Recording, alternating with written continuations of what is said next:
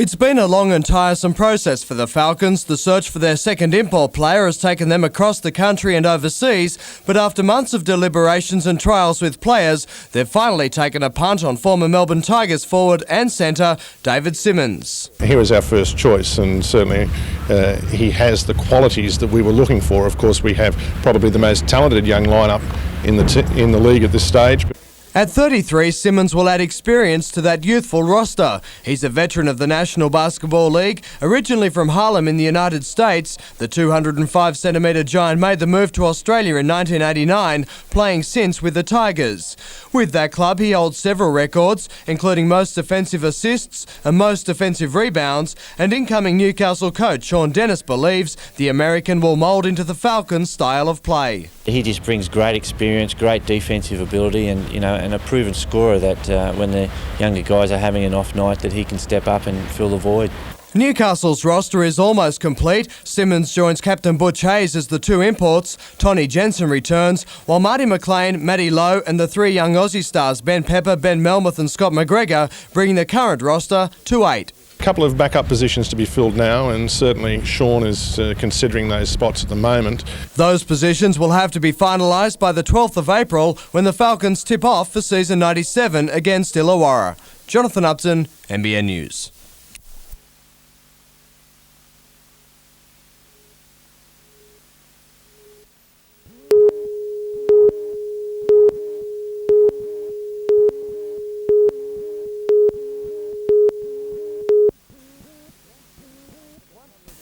Once criticised for their public relations performances, an assessment of their actions during the off-season must have worked. The Knights' high-profile stars joined coaching and administration staff for today's media conference, a lift in attitude and professionalism. And I think that everybody fully is aware of their responsibilities, their tasks that they have to do to ensure that the club is successful.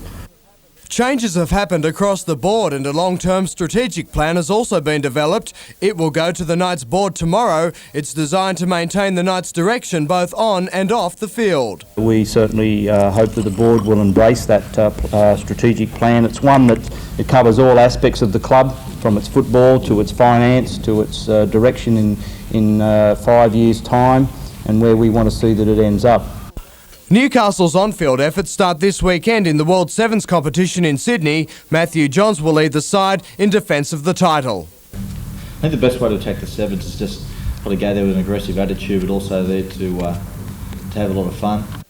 Trial matches will follow. The Knights head to Tamworth and Coffs Harbour later this month for games against Balmain and Manly, the team eager to perform after that disappointing finish to last season. We've worked a lot harder, we've planned a lot more, and I think you'll agree we've gone a lot more in depth in everything we do, so we've left nothing uncovered. So I think that without a doubt we'll have a much better year than last year, I can guarantee you.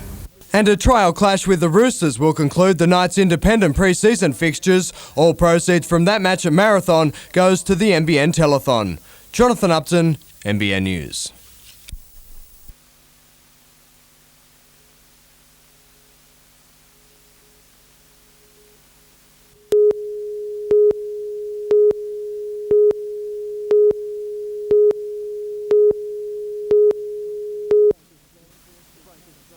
The Breakers strike force was hard at work today after the side's disappointing 2-1 loss to West Adelaide.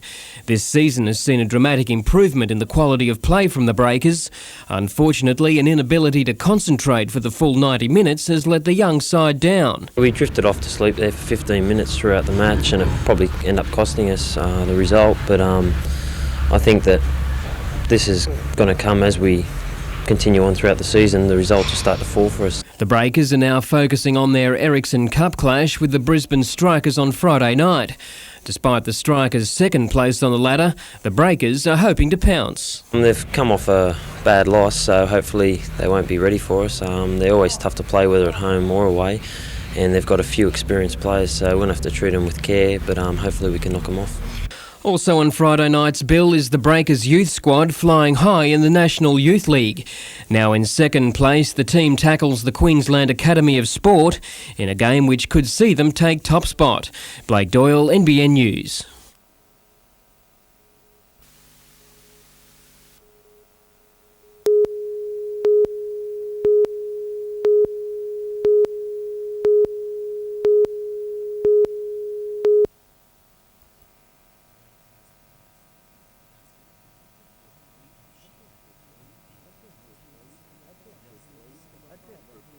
A desperate plea from a father who has run out of answers following the disappearance of his daughter. 19-year-old Alicia Hughes was last seen at 5:30 on Monday night, leaving the menswear store where she works at Charlestown Square, south of Newcastle. Her usual routine was to leave the shopping centre before waiting for a bus to take her to the family home at Valentine at Lake Macquarie. As time goes by, you sort of you start to think the worst sort of things. No, you just don't know. We're getting no sleep. We're just so worried. It is a parent's worst nightmare. She was wearing a long-sleeve black and white blouse with black pants and a black leather backpack. Although the investigation is still in its infancy, there are already similarities with the disappearance of another teenager in Charlestown. 16-year-old Gordana Katevsky sparked a massive search 2 years ago when she disappeared after a shopping outing with friends at Charlestown Square. It was feared she'd been abducted after her bag and purse were found on the road near her aunt's home, just a couple of 100 metres from the shopping centre. Despite an intensive investigation, Gordana has never been found. I feel sorry for anybody else who's gone through it, because you know exactly what they are going through, and it's dreadful. At this early stage, police think there is no link between the disappearances. Richard O'Leary, NBN News.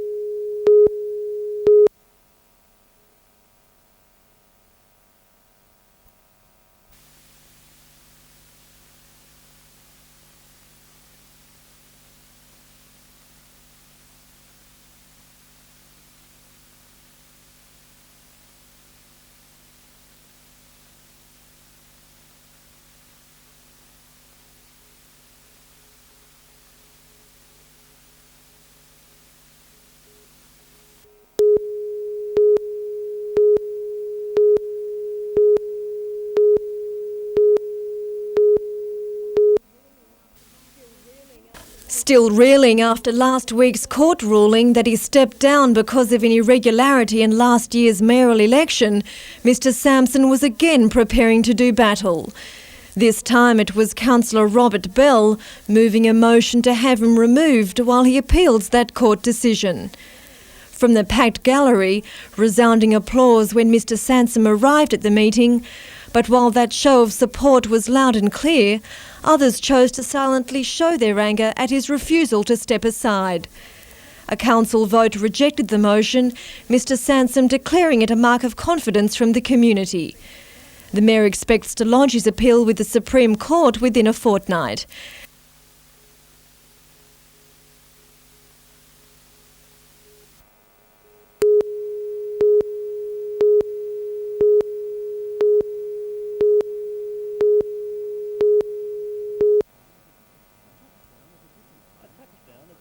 A touchdown of a different kind for some of rugby league's high flyers. The Roosters stars walked straight into Knights territory, but the bedbound football fans were glad to meet some of their heroes.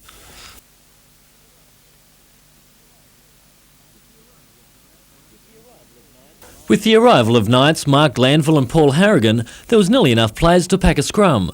The visit used to promote the Eastern Knights trial game in Newcastle on February 28, with all profits to go to NBN's telethon appeal to help children with cancer. I've got 2 kids of my own, and see kids in hospital, you never like to see them sick, so you know, if we can cheer them up in some way, it's always great. Yeah, I think it works a bit of both ways. It's good to see, come back to see the sick kids. It's always good to see, a person and give them a lift, and if you can do that to a couple of people today, it works. Although friends off the paddock, there may be a few casualties come the end of the month. It'll be our last trial before the competition starts proper, so it'll be a fairly full-out hit, and East are going well again. They've got a good side, so it's going to be a good match. It'll be a great game. I think both sides, although Newcastle didn't sort of perform as well as they should have last year, I thought surely going to be able to prove something this year, and it's going to be a good game. For the patients, there's only one possible winner. Knights, of course. Richard O'Leary, NBN News.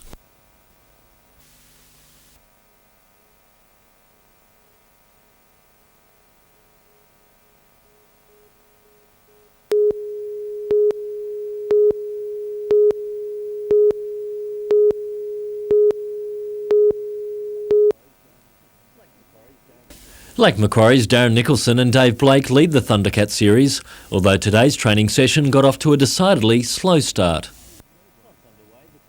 Once underway, the crew showed why it's favourite for the title, their Thundercat capable of speeds in excess of 90 kilometres an hour. For the uninitiated, Thundercats racing is like a rally on water, 16 of the motorised inflatable catamarans attacking an ever-changing course.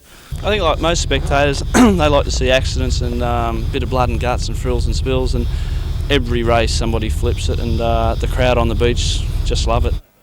Darren is the driver, a respected sailor and brother of 18-footer champion Chris Nicholson. Dave Blake is the bloke up the front holding on for dear life, but he says there's more to it than just being ballast in the bow of the boat. Preservation comes to rule, it takes a big part in the effort. If you don't move your weight around in the proper areas, you can flip the boat over. A win at Newcastle Beach on Sunday would nearly seal the series, with just one round left on the Gold Coast. Richard O'Leary, NBN News.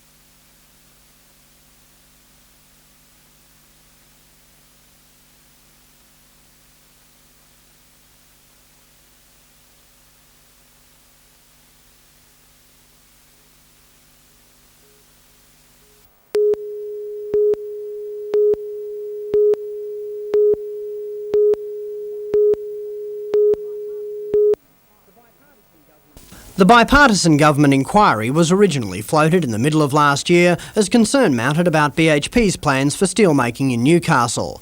Both blast furnaces, including the recently refurbished No. 4 furnace, are due to be closed permanently early next century, if not sooner. The closure will mean the loss of 2,000 jobs directly and at least as many again with the loss of work to subcontractors.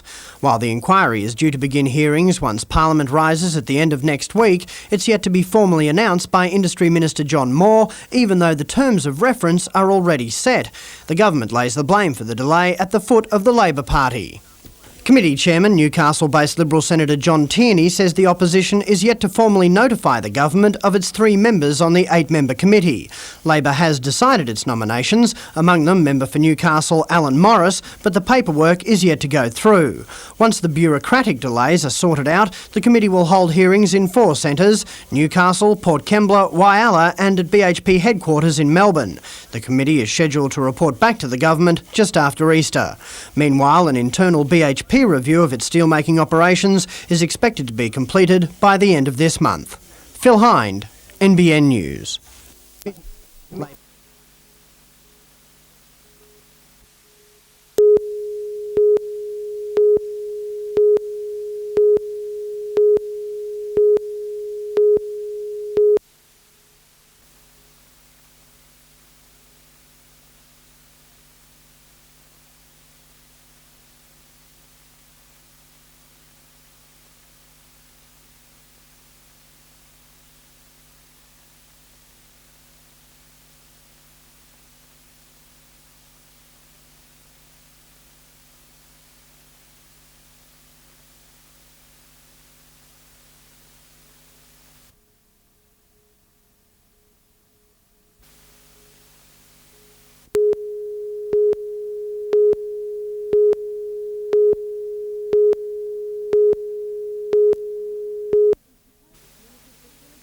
With limited facilities to cater for large conferences, Newcastle has been losing contracts to other metropolitan areas.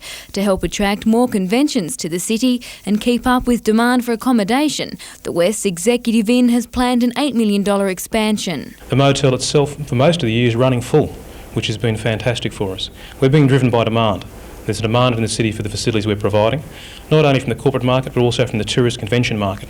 5 houses owned by the inn along Lambton Street will be demolished to make way for another 78 motel rooms. Construction is expected to create 50 jobs, with another 20 full-time positions to be offered when the new wing is complete.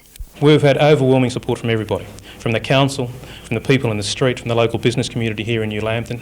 Everybody's very, very keen to see us do this development. It's going to create jobs in the construction industry in Newcastle. It'll create jobs when it's finished, and it'll bring a lot of people into town to spend a lot of money. The plans will be lodged with council next month. Simone Cobb, NBN News.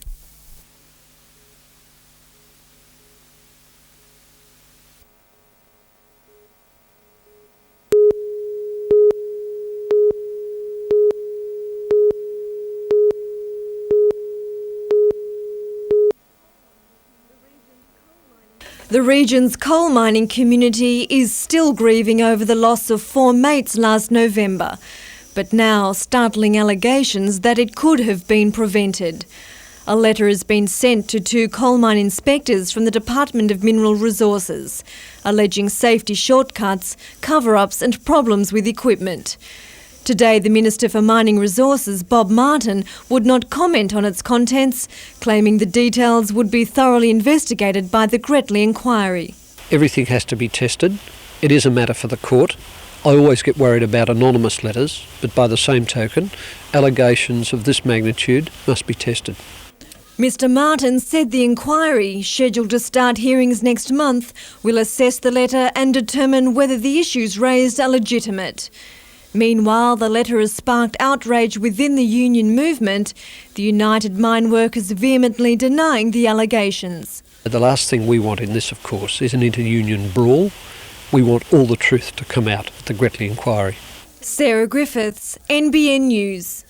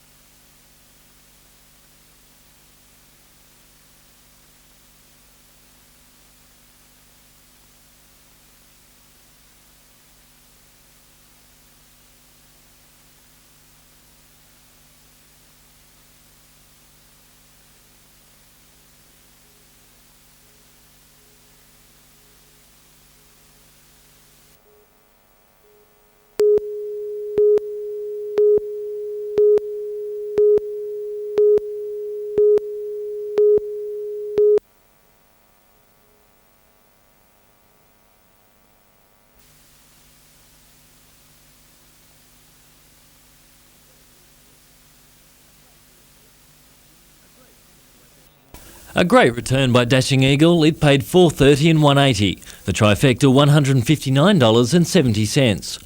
Another return to racing in the 7th, Volante making his much-awaited comeback over the 1,200 metres.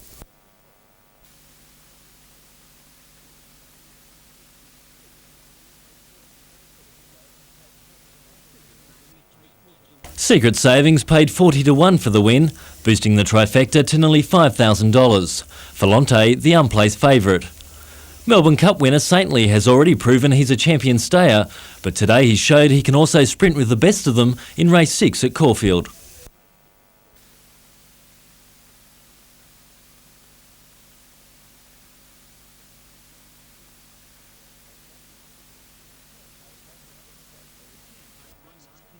The champ paid $1.90 and $1.20. The trifecta $78.20.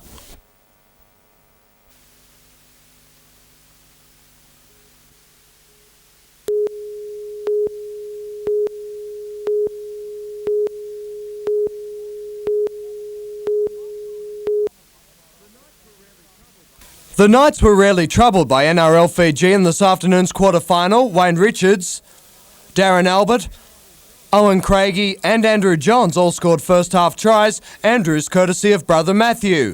24-6 at the break, the Knights played hot potato. Quick hands through almost the entire team and Brett Grogan eventually found space before the Fijians made the scoreline respectable with 2 quick tries themselves. Robbie O'Davis joined the scorers in the final minute to give the Knights a 34-16 victory and a berth in the Trophy Division semi with the Roosters. That match didn't start well for Newcastle. They were down by 10 until Matthew Gidley scored and Darren Albert's pace brought the match back to level terms. 16-all at the break, but Newcastle kicked clear in the second half. Peterham found his first, Albert his second, and Matthew Johns checked the Knights into the trophy final.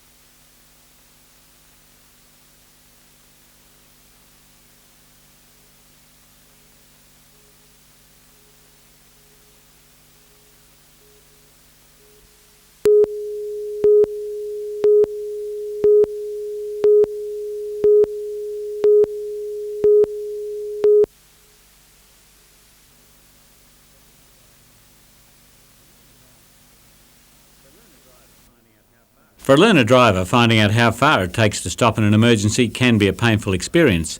But in this computerised simulator, it's possible to dial in a whole range of driving situations, from wet roads to unexpected traffic to a winding mountain pass.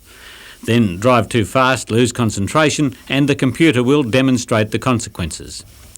And if you accelerate too fast, the wheels spin. Get the throttle and clutch wrong and it'll stall. Miss a gear and it lets you know. All skills the driver is better to have mastered before coping with real traffic. We wouldn't suggest that simulators are going to replace driver trainers, nor are they going to replace on-road assessments. What simulators are able to do is ensure that people have basic competencies before they enter a vehicle and go onto the road. A spin-off from South Africa's defence industry, the car simulator has a big brother, a truck version currently being evaluated as a driver testing device. In the case of the car simulator, the price is regarded as a breakthrough. The unit costs $70,000. Imported by a Newcastle business group, the simulator is due for national release at the Melbourne Motor Show later this month. Jim Sullivan, NBN News.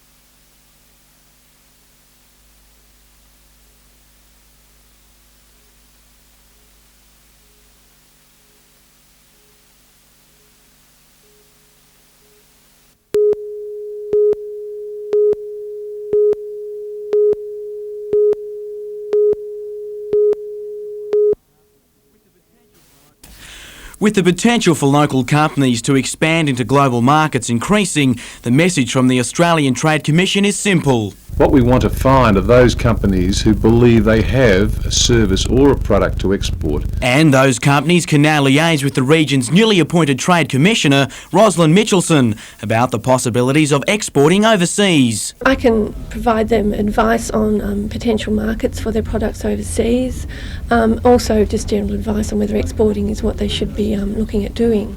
While raw materials such as coal have traditionally been the region's biggest export money earner, Austrade is keen to develop new areas of trade. In the consumer products area, clothing seems to be an area that's sort of developing. There's a big surfing industry here, so there's sort of products that are coming out of that have export potential as well. 98 Austrade offices are located worldwide, researching international marketplaces for Australian companies to enter. While not all businesses would be suited to exporting, Austrade is encouraging businesses to look further afield than just domestic markets. It's not a matter of saying you're mad if you don't export, but you're mad if you don't think about it. Jim Callanan, NBN News.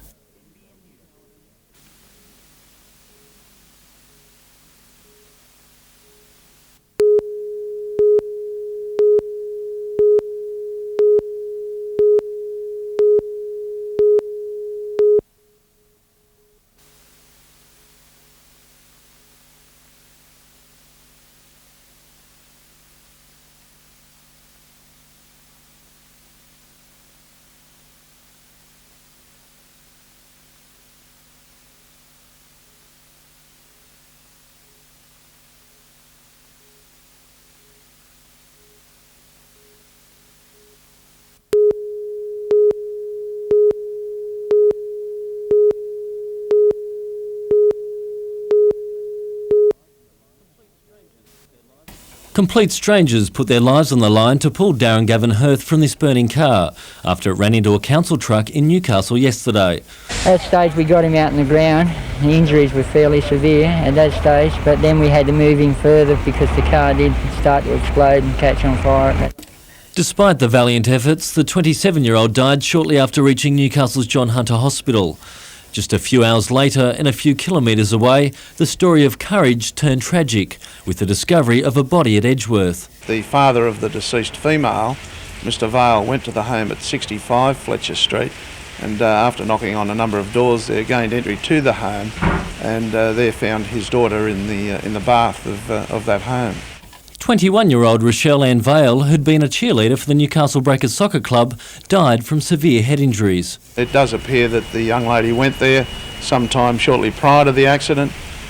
We don't know what has prompted the altercation or the incident which has resulted in her death. A coronial inquest will be held into each death, but police believe it's a murder-suicide. The relationship between Ms Vale and Mr Hirth is unclear, although both were heavily involved in bodybuilding. Richard O'Leary, NBN News.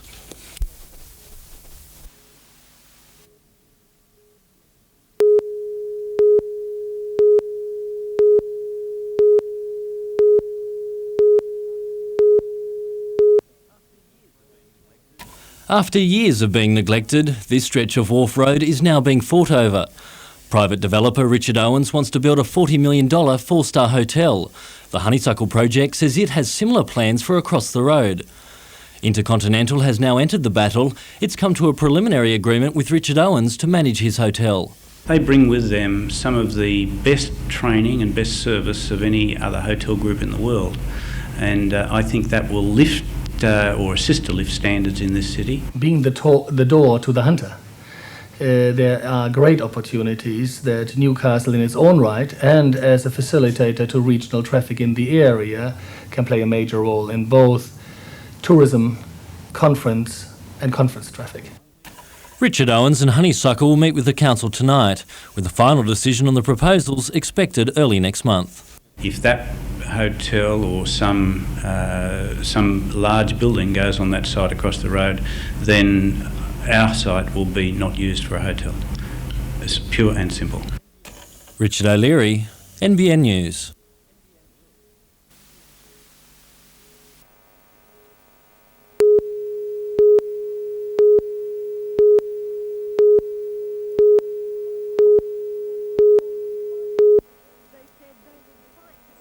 They said they would fight to the bitter end.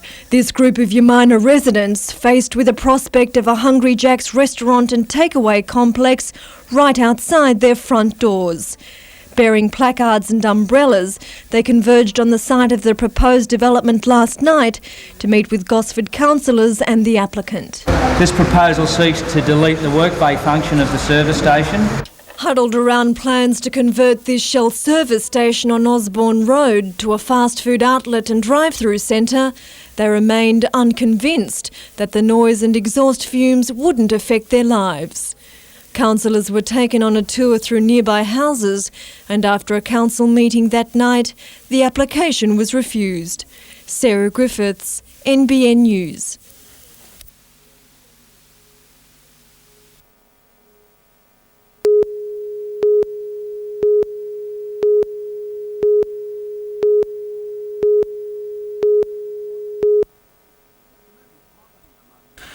The mood is positive among members of the state's Provincial Race Clubs Association after meeting with Minister for Gaming and Racing Richard Face today. The Minister was receptive to calls for an increase in Sunday race meetings next season for both provincial and metropolitan clubs. I guess Sunday racing really hasn't been tested in this area, and it will be interesting to see, and that's why really we're looking for the standalone Sunday, so that a few extra high roller punters can really probably make the difference between a successful day and a losing day. Newcastle Jockey Club is one of 4 provincial clubs in New South Wales pushing for an increase, despite not having a healthy record for Sunday racing in the past. You've got to try everything, Jim, at this stage, and unfortunately our first real foray into Sunday racing last Sunday wasn't a success.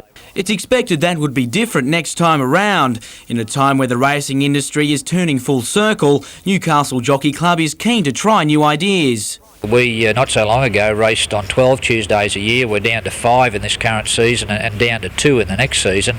And whereas the Saturdays, once upon a time, were sort of very heavily losing situations, they're now on the whole, pretty successful days. The only worry now is to have the government amend legislation in time to set down the Sunday race dates for next season. Jim Callanan, NBN News.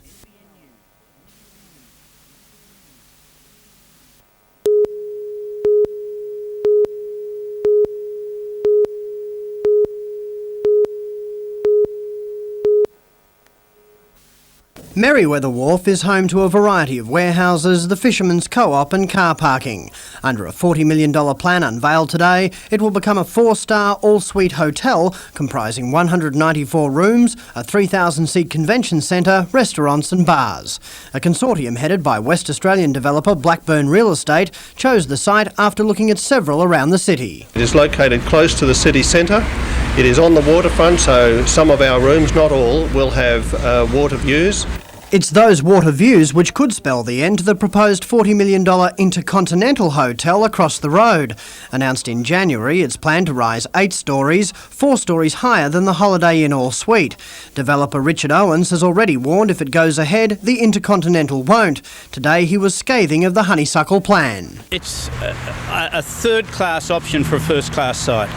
He argues there's plenty of other land available to Honeysuckle which could offer harbour views. The Honeysuckle Corporation is unmoved. The question is really each individual developer has to make his own decision. The battle will now be fought out before the Newcastle Council. A rezoning application for the Merriweather Wharf land is to be decided next Tuesday. While Richard Owens warns it's either one hotel or the other, he says he's not threatening council. Proposal for a hotel has been planned in conjunction with Intercontinental since August 1992.